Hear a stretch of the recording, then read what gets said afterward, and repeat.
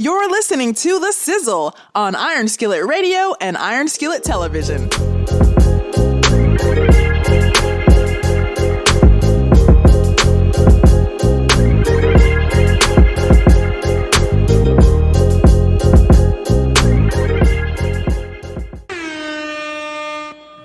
You know who it is. You know what it is. It's The Sizzle in the building with the hottest talk in the region.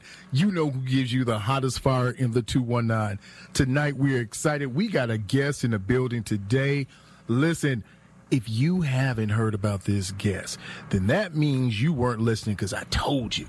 I told all the people, Jay. You know, you always tell them all the time, but you know how people are. They get out here, they be like, well, you know, G Sizzle, he be talking this stuff, he be talking that stuff. He don't always used to be talking to me, and he got a hot guest coming. They be like, well, I don't know. Now, I told everybody today. Yeah. Now, and shout out again, I'm going to do a dedication and send this out to my godmother again. Yeah. Mary Ann Peterson, rest in peace. RP.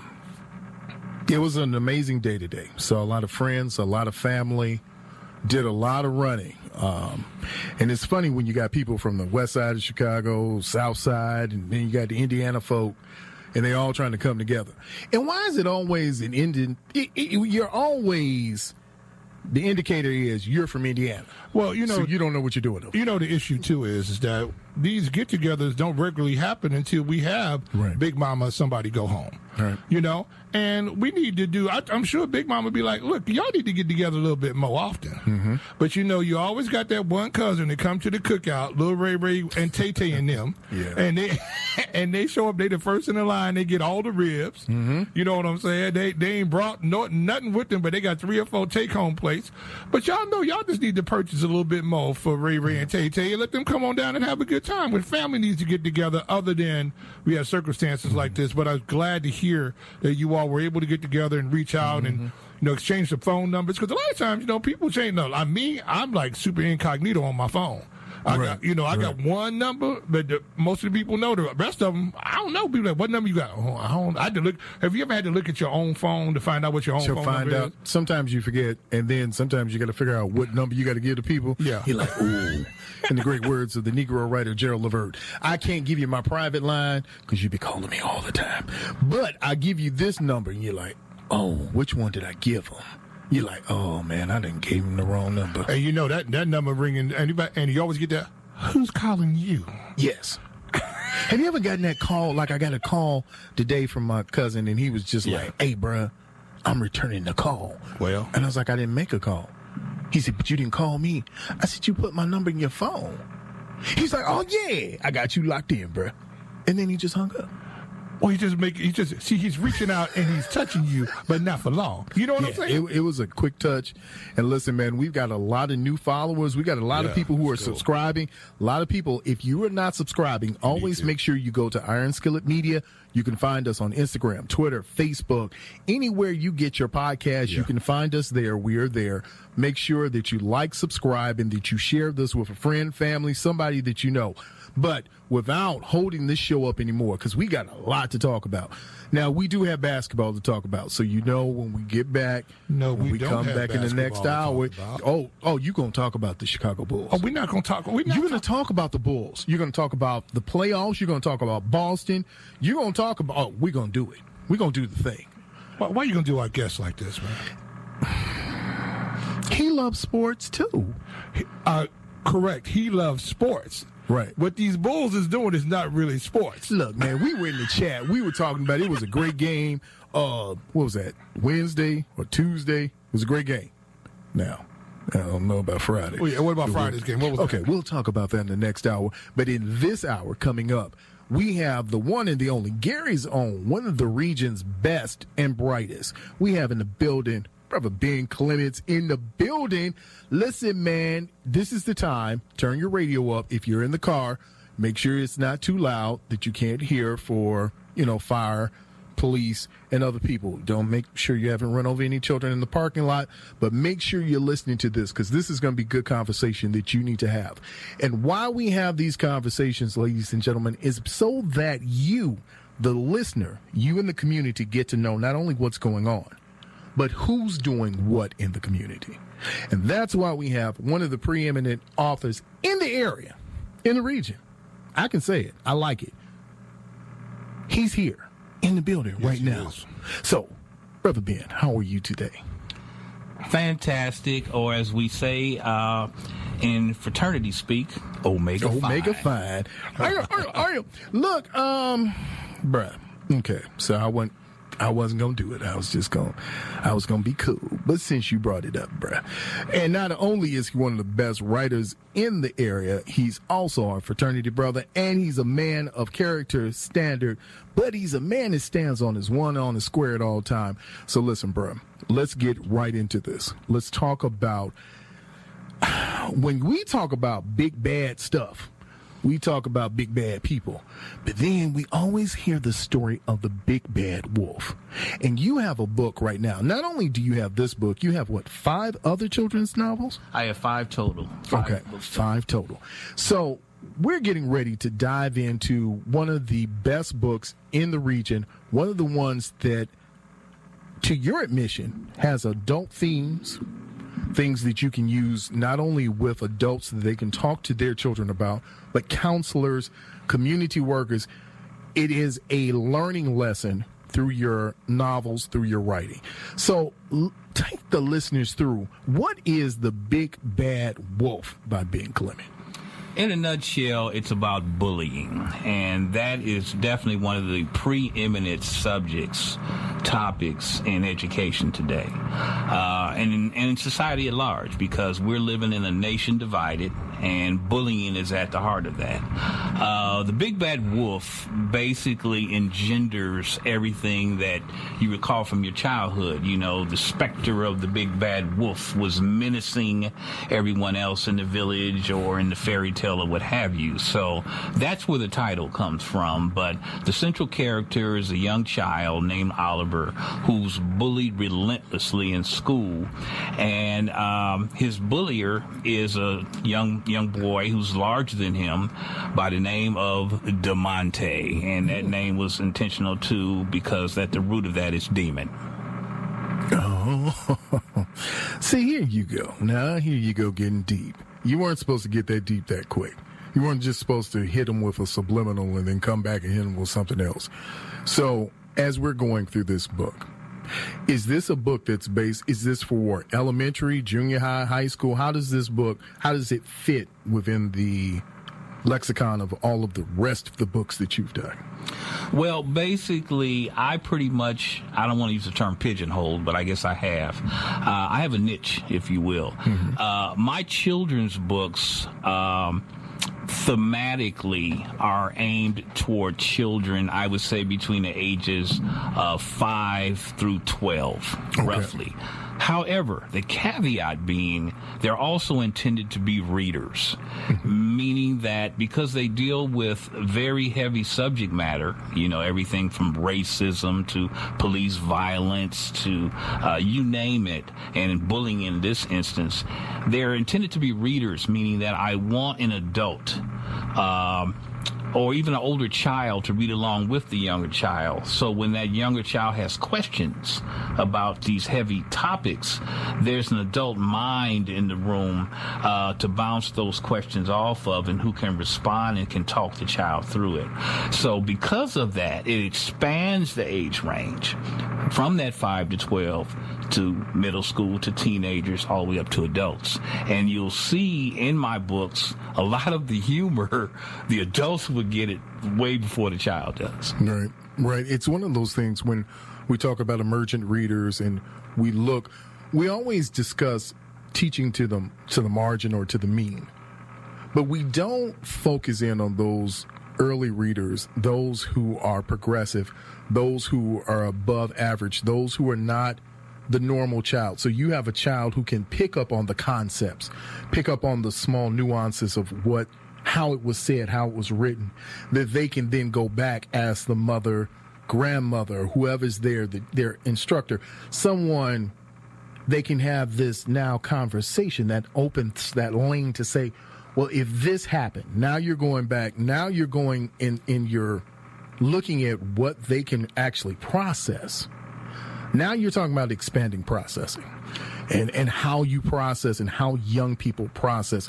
Is that what your book, especially this book, especially when we talk about the Big Bad Wolf, was that one of the core tenets when you started writing this book? Did you really think, all right, let me get into that mind of that child, that young person, so that they start to expand not only their base of knowledge, but their questioning of what's going on in the world around them? Absolutely. And basically, once again, that niche, the purpose behind all of my books is to open dialogue, so that children not only open their minds, you know, to these heavy topics and this heavy subject matter, they open up their mouths and they dialogue with that older person, that adult, that teacher, that parent, what have you, so that they can begin to explore these topics on a higher plane, on a higher level with someone that they trust. And then they can ask the tough questions and get the tough answers. And that's what this is all about. You know, I'm looking through it, and I always, when I look at children's books, and I think we think children's books, light, fluffy, nothing too serious. But then I go back to Charles Schwartz, and I think about the Peanuts. And I start to think about how heavy some of those topics were, even though shrouded in the cartoon, you thought sometimes offset by Snoopy himself, one of the central characters. But Snoopy had so many nuances for someone who didn't say a word.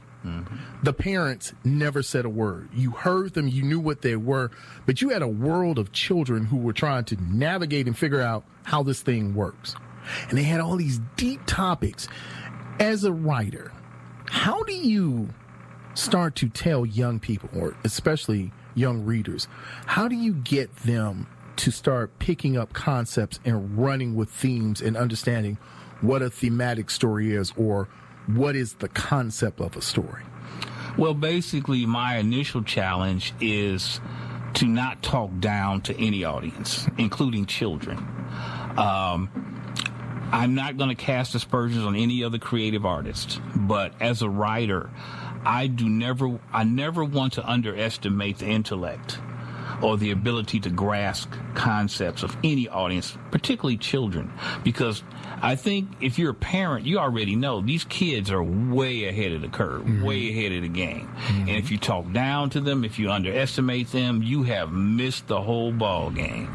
So when I first started writing, I break down the concept to its simplest concept, and then I try and talk to that child, but I talk to that child as though that child were already an adult. Not using adult language, mind you, but adult concepts, meaning that I don't shy away from the heavy stuff, because the kids are going to hear about it anyway. The kids are talking about this stuff anyway. So we don't want to underestimate their ability to grasp heavy subject matter. And as a writer, that's what I want to do. I don't want to talk down to them. I don't want to underestimate them. If anything, I want to rise the level of dialogue so that child feels comfortable saying, oh, you're going to talk to me like I've got some sense? Okay, I'm going to ask you some intelligent questions.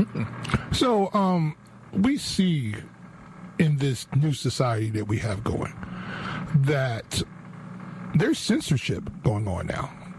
Blatant censorship. We have books being removed and things can't be said, and books that were already in the library. I would love to get your take on this as an author, that you're trying to reach young people. Does it come a thought in your mind that you're saying, you know, I better be careful about this subject matter, because I may produce this book and all of a sudden I get pigeonholed into a space where you don't want to be?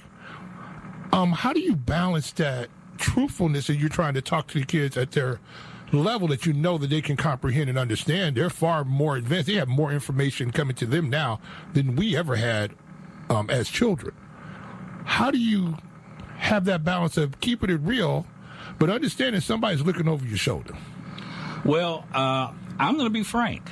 As an artist, I have never shied away, period, because I believe you are shortchanging your audience, ultimately, if not yourself. Yeah. And your creator, who's given you these skills. He gave you these skills for a reason. Yeah. To speak truth, and to speak truth to power sometimes. when you started talking about banning books, as an author, my heart skips a beat. Oh, absolutely. Because you're talking about CRT, critical race theory. And then you start talking about wokeism and all these other isms that are mere excuses to try and hide truth from the young population. They're trying to remove these books because the powers that be are afraid of these young folks getting the truth too early. You know, it's almost like they're claiming a reverse racism sometimes. You know, that they're going to play the card that they dealt many years ago, and all of a sudden now when the playing field is starting to be leveled out now and they feel that they're being excluded, how can you possibly be excluded from a game that you created? Absolutely. So now you look at a situation with them saying, well, look, we're going to censor you. We're going to censor your thought. Because the one thing that they don't want to have happen is actually people do become awake again. I think all these isms that you're talking about is a way for them to look at situations and figure out how to work racism in again without actually being called a racist. And I think that's what we see a lot of what's going on. And I'm just really excited about an author like yourself who's saying, hey, look, I've got something to say to our young people. This is something that they need. And I'm not concerned about what pushback I might get. Can you talk a little bit about that? I'm sure there's some people who've read your books before and they go, hey, you know, sir, is that a proper, is this what our young people need to be hearing right now? I mean, you know, Jack and Jill did fall down the hill after they got the pail of water. I think that's as much as we need to be covering about some violence going on. Can you talk a little bit about that? Just what it's like to be an author and you're talking with people who are saying, hey, you know, sir, I don't know if that is some subject matter we need to breach. Can you talk a little bit about that? Absolutely. That's a great question and very prevalent because the book before Big Bad Wolf was Timmy Took a Knee. Okay. And basically that book was about Black Lives Matter. Okay. And the fact that Black Lives Matter being the civil rights movement of our time. Yes. Okay. Which is strong thought, you know, and basically right in the crosshairs of CRT. This is information that the Governor Rick DeSantis of the world definitely do not want reaching our children. In that book, I delve deeply into the genesis of Black Lives Matter, the genesis of the civil rights movements, period, and how that whole instrument of protest is used by the powerless to confront power, okay? And the way Dr. King talked about, you know, riot is the voice of the voiceless. Absolutely. Know? That's what that is. But in that book, I share information about Emmett Till. I go back and talk about John Lewis and the Edmund Pettus Bridge and the violence that happened there. But here's the twist. Okay. And when I was writing it, this didn't happen until I actually started putting pen to paper, actually tapping on the keyboard. But anyway, I tell it from the perspective of a young black child, a young black female child, Tanisha. However, you don't really get to meet her until the latter part of the book. Okay. The early part of the book is spent entirely in an all-white school, all-white elementary school that she could not attend because she's black. Okay. So she begins to explain how her best friend, Timmy, who ultimately takes a knee at a protest rally, how he came to be at that protest rally and how he came into the mindset of protest, being a young white child. Okay? It tells that story, so it flips the whole discussion on its head. And really, I'm talking to white folks. Okay? It's black kids, it's a central black character, but I'm talking to white people because they're the ones who need to hear that message, because how are you going to have the oppressed stop the oppressor? Well, and the thing about this, I've heard this from non-melanated people, as my brother likes to call them. They wish things went back to the way they used to be. You know, where things were much calmer and things like that. And I talk to them, and sometimes you talk about the times when I have to walk down the street with my head bowed? Is that the one you're talking about? Or when I have to ask if I can come in and get a sandwich? Are you talking about those good old days? You know, because those good old days might have been good for you. But for those of us that you didn't really concern yourself about because we weren't living next to you, we weren't in your neighborhoods, we weren't going to your schools, that it wasn't a problem. It's not a problem now until you see the thing that you helped create come walking down through the Gold Coast. And as you're walking your Chihuahua down the street to go get your coffee, there's an issue and a situation going on, but that's a seed you planted some 30, 40, 50 years ago when you took away proper education just because of the zip code that you were in. All these different type of situations. So I'm always very interested in, like you talked about earlier, about these isms. Because as soon as they put a tag on it, right, they take the power from it. And as you well aware, the Black Lives Matter movement got hijacked. Absolutely. When did it become militant? Well, basically, and that's a tough question, and because there's some inside baseball that went on with that too. Yeah. With that I don't want to get too deep into, but there was some skullduggery that happened within that movement itself. However, the movement itself, the mindset of it, the spirit of that movement was pure. Yes, absolutely. That the fact that Black lives do matter, and it was a real historical fact that black men particularly, mostly, were being assaulted by law enforcement. And that's where it came from. And we were losing our lives, and still are losing our lives in disproportionate numbers. And that's where the whole movement was birthed from, okay? Where it got flipped was because people took offense that black people would be so full of themselves to say that our lives matter. Mm-hmm. How dare you say that your lives matter? Black lives matter? What do you mean by that? Well, don't blue lives matter? Don't white lives matter? Correct. Don't brown lives matter? And that was never said that they don't. But the fact is, those other lives weren't dying at the numbers that black lives were. So that's why it had to be addressed head on. Now, all the other ramifications that happened within the movement that really flipped it on its head, too, are unfortunate. Yes. Unfortunate. And I think once money got involved, that had a lot to do with that as well, and that's unfortunate. However, the story that I tell, and I think young people need to pick up on, is that there was a reason behind Black Lives Matter. Yes. There was a purpose behind that whole civil rights movement, and it was about saving their lives. And that's what the whole theme of that book was. Well, you know what? It's so much that we've got to get into. We're going to get ready to go to break. But when we come back from break, one of the things that I wanted to talk to you about was going back to this issue and this theory. And is it just a theory when we talk about CRT? And how does it relate to children and what they're learning and how they're learning? We heard what's happening in Florida. It's becoming a problem now in Texas and other places. What is this? What should parents be looking for? How does this affect not only children in the classroom? How does this affect children on the football court, on the basketball court? How does this affect children moving forward? Those are all things that we need to really sit down and chop it up. So when we come back, we're going to talk some more to Ben Clement, and we're going to deep dive not only into his books, but we're going to deep dive into some social issues and some social topics. You're listening to The Sizzle here on WGVE 88.7 FM.